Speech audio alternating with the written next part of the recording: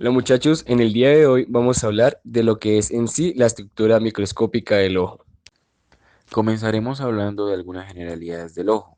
Lo primero que debemos saber es que el ojo es un órgano sensorial complejo que provee el sentido de la vista. Pasando a hablar de algunas de las estructuras que conforman a este órgano, encontramos la córnea y el cristalino, que capturan y enfocan la luz de forma automática. El iris también es una de ellas, en la cual cumple la función de ajustar automáticamente el ojo a las diferencias de iluminación de los campos visuales. Por estas razones decimos que el sistema óptico del ojo es mucho más elaborado y complejo. Por ejemplo, el ojo tiene la capacidad de seguir el desplazamiento de algunos objetos en movimiento mediante movimientos oculares coordinados. El ojo también puede proteger, mantener, autorreparar y limpiar su sistema óptico transparente. Del mismo modo, las células fotorreceptoras en la retina, que es una de las estructuras del ojo, detectan la intensidad y el color de la luz en longitudes de onda de la luz visible que son reflejadas por diferentes objetivos. Estas células fotorreceptoras codifican estos parámetros e impulsos eléctricos para su transmisión al cerebro a través del nervio óptico. Continuando con las estructuras generales del ojo, encontramos en los compartimientos intraoculares, en las cuales las capas del globo ocular y el cristalino forman los límites de las tres cámaras del ojo. La cámara anterior es un espacio que hay entre la córnea y el iris. La cámara posterior, el espacio que hay entre la parte posterior del iris y la superficie anterior del cristalino. Y la cámara vítrea, el cual es el espacio que hay entre la superficie posterior del cristalino y la retina nerviosa. La córnea, la cámara anterior, la cámara posterior y su contenido constituyen el segmento anterior del ojo. La cámara vítrea, la retina visual, el epitelio pigmentario de la retina, la parte posterior de la esclera y la uvea constituyen el segmento posterior. Ahora, pasando a hablar de las estructuras microscópicas del ojo en sí, encontramos primeramente la túnica fibrosa, iniciando con la córnea, que se compone de tres capas celulares que son de aspecto y origen distintos. Estas capas están separadas por dos membranas importantes. Por lo tanto, las cinco capas de la córnea son las siguientes: el epitelio corneal, la membrana de Bowman o membrana basal anterior, la estroma corneal, la membrana de Descemet, que es la misma membrana basal posterior, y el endotelio corneal. Ahora hablaremos más específicamente de estas estructuras, comenzando con el epitelio corneal, el cual corresponde al epitelio plano estratificado sin estrato córneo. Las células de este epitelio se adhieren a las células vecinas a través de los desmosomas que están presentes en cortas evaginaciones interdigitadas. Al igual que en otros epitelios estratificados, como el de la piel, las células proliferan desde un estrato basal y se aplanan conforme alcanzan la superficie. Las células basales son cilíndricas, bajas con núcleos redondeados u ovoides. Las células de la superficie adquieren una forma escamosa o discoide y sus núcleos son aplanados y picnóticos. Otra de las estructuras es la membrana de Bowman, que esta es la misma membrana basal anterior. Es una capa de aspecto homogéneo sobre la que está apoyado el epitelio anterior de la córnea. Se encuentra entre el epitelio corneal y la estroma corneal subyacente y termina abruptamente en el limbo esclerocorneal. Las fibras colágenas de la membrana de Bowman tienen un diámetro de unos 18 milímetros y están orientadas al azar. Continuamos con la estroma corneal, la cual constituye el 90% de todo el espesor de la córnea. La estroma corneal, también llamada sustancia propia, se compone de unas 60 laminillas delgadas. Cada laminilla consta de haces paralelos de fibras de colágeno. Entre las laminillas hay capas casi completas de fibroblastos aplanados y finos. Ahora, en cuanto a la membrana de Descemet, encontramos que esta es la membrana basal posterior. Es la lámina basal de las células endoteliales de la córnea. Esta tiene un aspecto similar a un fieltro y consiste en una red entretejida de fibras y poros. Separa el endotelio corneal de la estroma corneal contigua.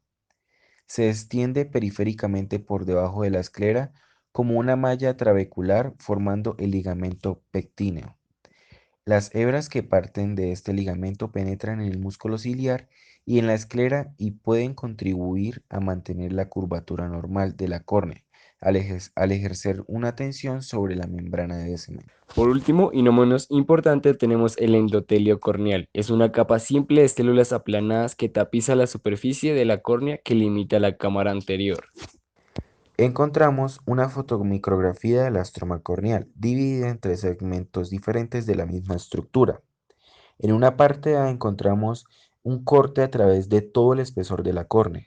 Se ve la estroma corneal y las dos superficies de la córnea cubiertas por diferentes tipos de epitelios. La estroma corneal no contiene vasos sanguíneos ni linfáticos. Ahora, en una parte B, encontramos un aumento de la superficie anterior de la córnea que muestra la estroma cubierta por un epitelio estratificado plano o un epitelio corneal. Las células basales son apoyadas o están apoyadas sobre la membrana de Bowman, que es una capa condensada homogénea de la estroma corneal. Estas células son cilíndricas bajas en contraste con las células superficiales aplanadas. Debe notarse que en una de las células superficiales está un proceso de exfoliación. En el segmento C, perdón, encontramos una fotomicrografía con más aumento de la superficie posterior de la córnea cubierta por un epitelio simple plano, o un endotelio corneal. Estas células están en contacto directo con el humor acuoso de la cámara anterior del ojo. Debe observarse la membrana de Descemet, que es la lámina basal, en donde encontramos una lámina o una porción muy gruesa de las células endoteliales de la córnea. Ahora comenzaremos hablando de la esclera, la cual es una capa fibrosa gruesa que contiene haces de fibras colagenosas aplanadas que transcurren en varias direcciones y en planos paralelos a su superficie. Tanto las haces colagenosas como las fibrillas que los componen son de diámetro y disposición irregular. Dispersas entre los haces de colágeno hay redes fibras finas de fibras elásticas y una cantidad moderada de sustancia fundamental. La esclera se divide en tres capas: lámina epiescleral, que es la capa externa del tejido conjuntivo laxo contigua al tejido adiposo periorbitario. Sustancia propia, que es la esclera propiamente dicha o cápsula de Tenon, que es la fascia conjuntiva que reviste el globo ocular y está compuesta por una red densa de fibras colágenas gruesas. Y la última de las capas es la lámina supracoroides o lámina fusca, que corresponde a la superficie interna de la esclera. Se encuentra junto a la coroides y contiene fibras colágenas más delgadas y fibras elásticas, así como fibroblastos, melanocitos, macrófagos y otras células del tejido conjuntivo. Posterior a esto encontraremos el limbo esclerocorneal, el cual es la zona de transición entre la córnea y la esclera que contiene células madre corneolimbales. La superficie del limbo se compone de dos tipos distintos de células epiteliales. El primero es un tipo de células conjuntivas y el otro es de células epiteliales de la córnea. La capa basal del limbo contiene células madre corneolimbales que genera y mantiene el epitelio corneal. Estas células proliferan, se diferencian y migran hacia la superficie del limbo y después hacia el centro de la córnea para reemplazar las células epiteliales lesionadas. Ahora empezaremos a hablar con lo que corresponde a la túnica vascular, en la cual encontramos el iris, el cual es la porción más anterior de la túnica vascular. Forma un diafragma contrátil delante del cristalino. Tenemos también la pupila, la cual es el orificio central de este disco delgado, compuesto por un estroma de tejido conjuntivo muy vascularizado, que en su superficie posterior tiene una cubierta de células muy pigmentadas. El epitelio pigmentado posterior. Las porciones apicales posterior de estas células mioepiteliales están cargadas de gránulos de melanina, que oscurecen eficazmente sus fronteras con las células del epitelio pigmentado posterior contiguo. Tenemos también las porciones basales o anteriores de las células mioepiteliales, las cuales poseen evaginaciones que contienen elementos contráctiles que se extienden en forma radial y en conjunto forman el músculo dilatador de la pupila del iris. Después, la constricción de la pupila es producida por las células musculares lisas situadas en el estroma del iris, cerca del borde de la pupila. Estas células, estas células de orientación circunferencial en conjunto forman el músculo esfínter de la pupila. En cuanto al tamaño de la pupila, este es controlado por la contracción de los músculos esfínter de la pupila y dilatador de la pupila. El músculo esfínter de la pupila es una banda circular de células musculares lisas responsables de la reducción del tamaño de la pupila en respuesta a la luz brillante.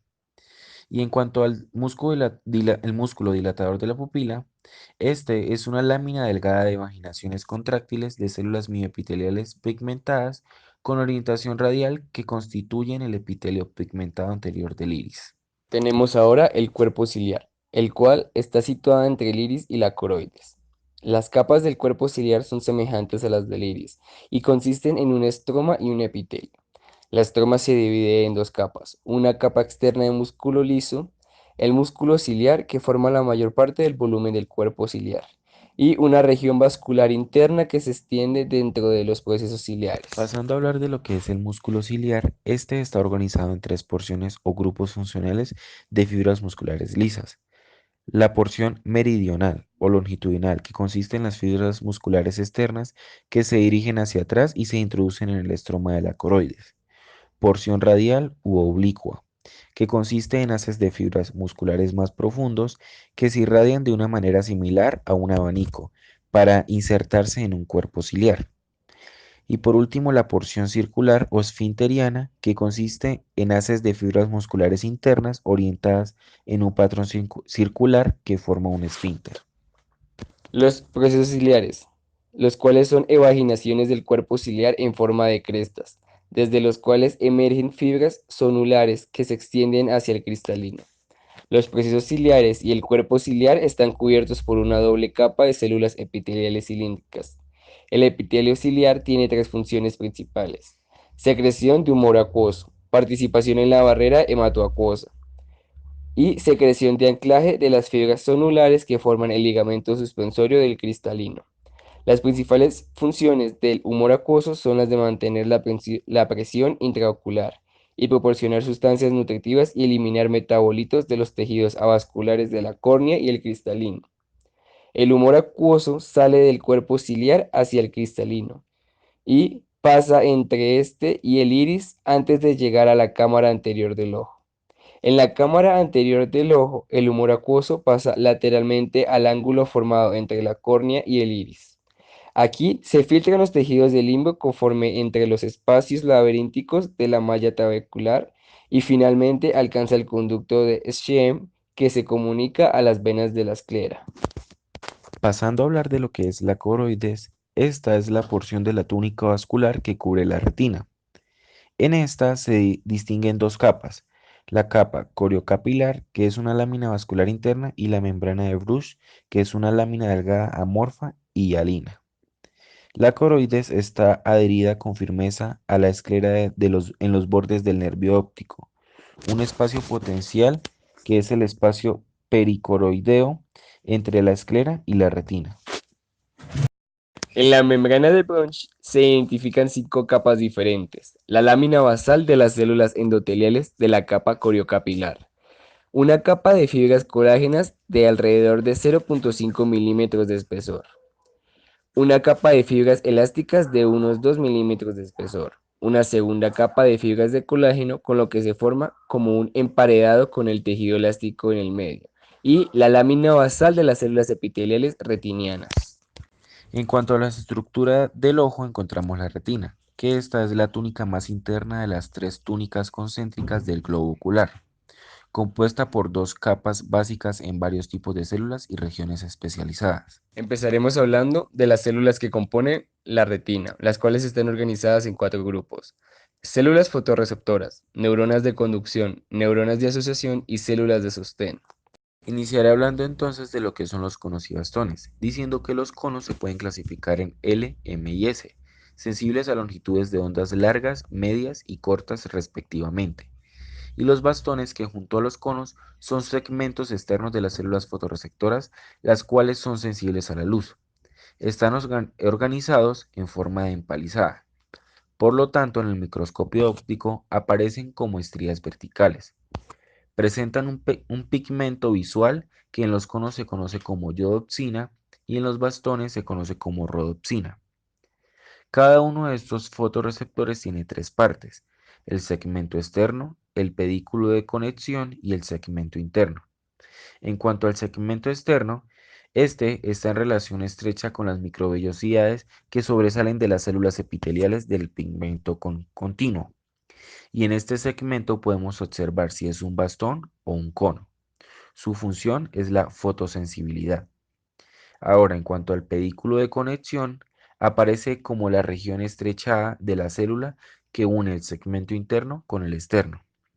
Y por último, encontramos el segmento interno, que este contiene una dotación de orgánulos típicos de células activas en la síntesis de proteínas, los cuales le permiten cumplir su función de metabolizar. Ahora observaremos una fotomicrografía electrónica de partes de los segmentos internos y externos de un bastón y un cono. En la parte A encontramos una fotomicrografía electrónica que muestra la unión entre los segmentos interno y externo del bastón. Los segmentos externos contienen los discos aplanados horizontales y el plano de este corte atraviesa el pedículo de conexión y el cilio. Se identifica un centrolio, un cilio y su cuerpo basal y una prolongación calicial. En la parte B encontramos otra fotomicrografía electrónica que muestra un corte similar de un cono. El interior de los discos es en el segmento externo del cono es continuo con el espacio extracelular. Otra de las células que componen la retina son las neuronas de conducción, que encontramos las células bipolares, las cuales a través de conexiones, estas células establecen relaciones sinápticas con múltiples células en cada capa, y las células ganglionares, que la reunión de sus axones se reúne para formar las fibras del nervio óptico. Las neuronas de asociación, en las cuales encontramos las células horizontales. Este tipo de células establecen sinapsis con los bastones, los pedículos de los conos y las células bipolares. También encontramos las células amacrinas, las cuales son aquellas células que tienen una amplia ramificación, la cual usa para establecer sinapsis con los axones de las células bipolares. Y por último encontramos las células de sostén, que aquí encontramos las células de Müller. Tienen imaginaciones que rodean las otras células de la retina de manera tan completa que llena la mayor parte del espacio extracelular. Ahora hablaremos de las regiones especializadas de la retina, las cuales encontramos la fobia central y la mácula lútea. La fobia central es una depresión pequeña, poco profunda, situada en el polo posterior del eje óptico del globo ocular. Tiene una región central conocida como foviola. En esta región la mayoría de las capas de la retina están muy reducidas. Está compuesta enteramente de conos, tiene ausencia de vasos retinianos. Ahora tenemos la mácula lútea, la cual contiene unos 17.000 conos y adquiere bastones en su periferia. Aquí las células de la retina y sus evaginaciones se apinan a los lados de la fobia de modo que la luz llegue sin obstáculos a esta región muy sensible de la retina. También podemos hablar, como podemos observar aquí, que se habla también de algo llamado el disco óptico o papila óptica, la cual es la unión de la retina con el nervio óptico. Debido a que el disco óptico carece de células fotorreceptoras, también es conocido como el punto ciego en el campo visual. Pasando a hablar de las capas básicas de la retina, debemos saber que esta está compuesta por dos capas básicas, la capa EPR o epitelio pigmentario de la retina y la retina nerviosa con sus divisiones, las cuales en total son 10 capas las que componen la retina. La primera capa básica y la primera de las 10 capas es la capa EPR. Posee extensiones que rodean las evaginaciones de los conos y bastones. Esta capa consiste en una sola capa de células cúbicas, las cuales están localizadas sobre la membrana de la capa de Bruch, de la coroides. Estas células están adheridas por complejos de unión compuestos por uniones de hendidura. En muchas de estas evaginaciones hay una gran cantidad de gránulos de melanina alargados que la rodean. Esta capa tiene varias funciones, como lo son la absorción de la luz, la formación de una barrera conocida como barrera hematorretiniana, formada por las uniones herméticas entre las células de la EPR o el epitelio pigmentario de la retina. Y por último, la participación en la restauración de la fotosensibilidad. La segunda capa básica es la retina nerviosa. Esta tiene regiones, capas y además contiene los fotorreceptores. Entre las regiones tenemos una región no fotosensible, la cual está situada por delante de la ora serrata. Reviste la superficie interna del cuerpo ciliar y la superficie posterior del iris. Tenemos una segunda región llamada una región fotosensible, la cual reviste la superficie interna del ojo por detrás de la ora serrata, excepto por donde es perforada por el nervio óptico. Continuaremos hablando de la conformación de la retina, diciendo que en la región nerviosa de la segunda capa básica se observan el resto de las capas. Entonces, en la capa número 2 es la de conos y bastones, en el cual se observan los segmentos internos y externos de las células fotorreceptoras, las cuales se empieza a observar que los bastones y los conos están organizados en forma empalizada.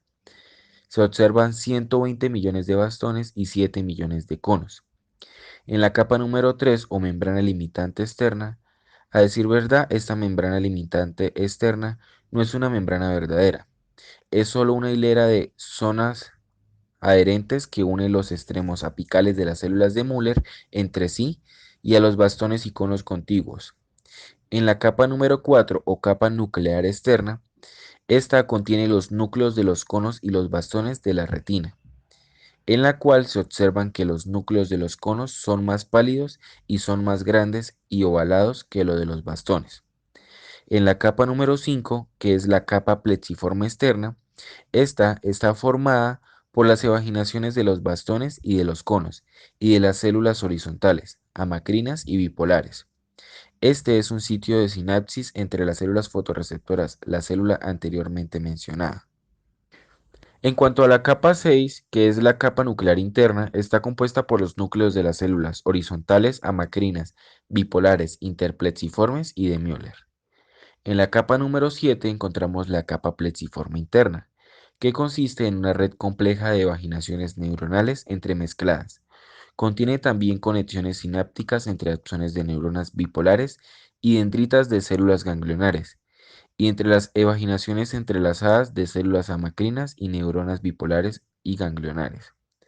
En la capa número 8 o la capa ganglionar, la cual está compuesta por los somas de las neuronas ganglionares, que son grandes y multipolares grandes. Estas células poseen corpúsculos de Nissls, un soma neuronal redondeado del cual surge una prolongación axónica. En la capa número 9 encontramos la capa de fibras del nervio óptico, que contiene los axones de las células ganglionares que forman una capa aplanada paralela a la superficie de la retina. Y en la capa número 10 y última encontramos la membrana limitante interna, que esta es la lámina basal de las células de Müller que separa la retina del cuerpo vítreo. Para complementar lo anteriormente hablado, hablaremos de un dibujo esquemático y fotografía de las capas de la retina, sobre la base de las características histológicas que son obvias en la fotomicrografía de la derecha. La retina se puede dividir en 10 capas. Las capas corresponden al diagrama de la izquierda, que muestra la distribución de las principales células de la retina. Debe notarse que la luz entra en la retina y pasa a través de sus capas internas antes de llegar a los fotorreceptores de los conos y bastones, que están estrechamente relacionados con el epitelio pigmentario de la retina. Además, la interrelación entre las neuronas bipolares y las células ganglionares que transmiten impulsos eléctricos desde la retina hasta el cerebro se ven con mucha claridad. La membrana de Bruch, la lámina pítrea, separa la capa interna de la capa vascular, lo que es la coroides del epitelio pigmentario de la retina. En cuanto a los medios refringentes del ojo, encontramos el cristalino, que este presenta una estructura biconvexa, avascular y transparente.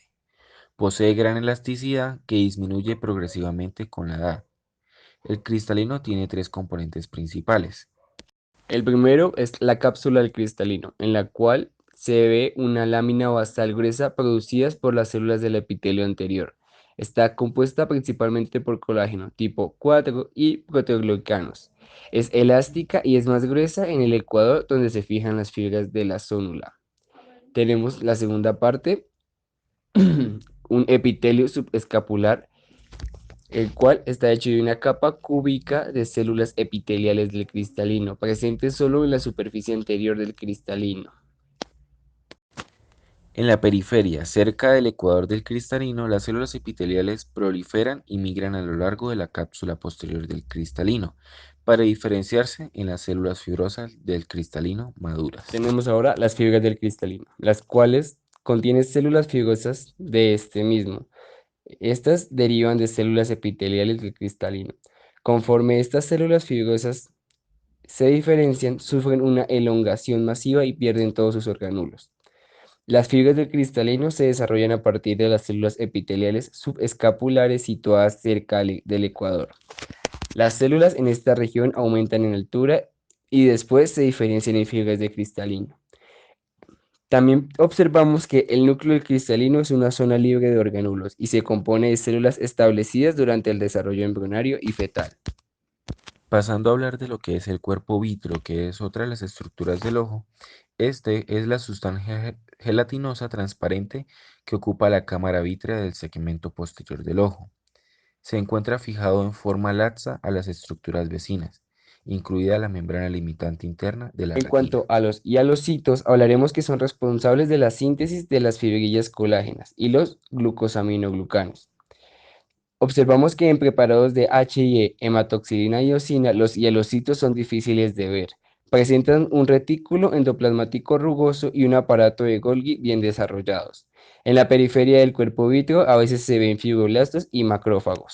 Ahora, en cuanto a las estructuras accesorias del ojo, encontramos la conjuntiva.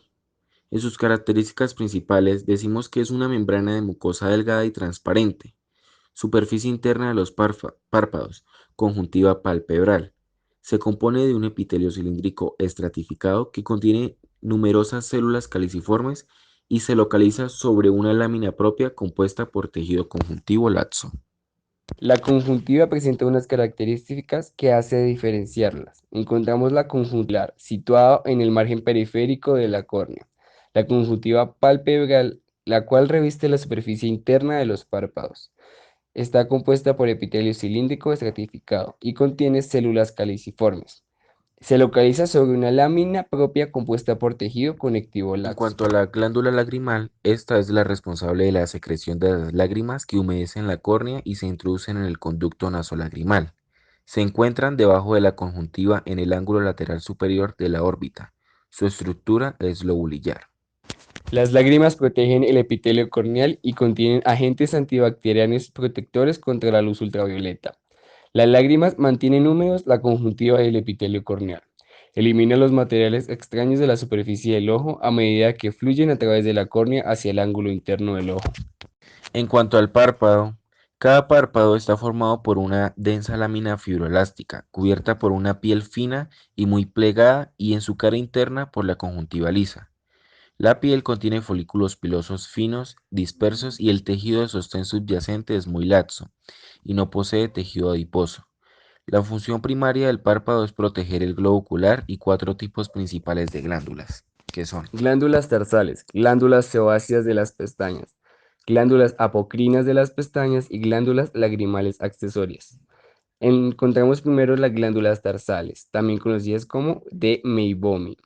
Estas glándulas sebáceas largas incluidas dentro de los tarsos aparecen como estrías verticales amarillas en el tejido subconjuntival. En el párpado superior hay unas 25 y en el párpado inferior hay unas 20.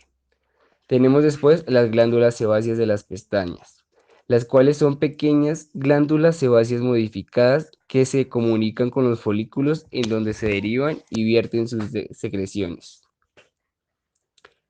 Después encontramos las glándulas apocrinas de las pestañas, también conocidas como glándulas de Moll, las cuales son glándulas sudoríparas pequeñas de conductos no ramificados que se inician como espirales simples. Después tenemos las glándulas lagrimales accesorias. Estas están ubicadas en la superficie interna de los párpados superiores, glándulas de Wolfram, y en el fornix del saco conjuntival, también llamadas como glándulas de Krause. Ahora encontramos esta fotomicrografía que corresponde a las 10 capas que componen la retina. Entonces, de acuerdo a lo que habíamos dicho antes y de acuerdo a las características estructurales que son visibles en los cortes histológicos, la retina se divide en 10 capas que se enumeran a continuación de superficial a profundo y están señaladas en la fotomicrografía. En la primera encontramos el epitelio pigmentario de la retina, que es la capa más externa. En la segunda encontramos la capa de conos y bastones, que es la capa fotorreceptora de la retina. En la capa número 3 encontramos la membrana limitante externa, o ELM, una línea formada por los complejos de unión de las células fotorreceptoras. La 4 es la capa nuclear externa, ONL, que contiene los núcleos de las células de los conos y los bastones. La quinta es la capa plexiforme externa, o PL, que contiene las evaginaciones nerviosas y la sinapsis de los conos y los bastones con las células bipolares amacrinas, interplexiformes y horizontales. Capa 6. La capa nuclear interna que contiene los núcleos de las células bipolares, horizontales, interplexiformes, amacrinas y de las células de Müller. La capa 7 es la capa plexiforme interna que contiene las evaginaciones y la sinapsis de las células bipolares horizontales, interplexiformes, amacrinas y ganglionares. La capa 8, capa de células ganglionares, que tiene los somas celulares y los núcleos de las células ganglionares. Capa 9, capa de fibras nerviosas que contiene los axones de las células ganglionares. Y la capa 10 es la membrana limitante interna, que consiste en la lámina externa basal de las células de Müller. Esta figura también muestra la capa más interna de la coroides, la cual es una membrana acelular, llamada lámina vítrea, también conocida como membrana de Bruch. Las fotomicrografías electrónicas permiten comprobar que corresponde a la membrana basal del epitelio pigmentario, justo por fuera de la lámina vítrea. Esta capa de capilares de la coroides, también conocida como lámina coriocapilar, tiene vasos que irrigan la parte externa de la retina. Bueno, muchachos, esto era todo sobre la microscopía del ojo. Gracias por su atención.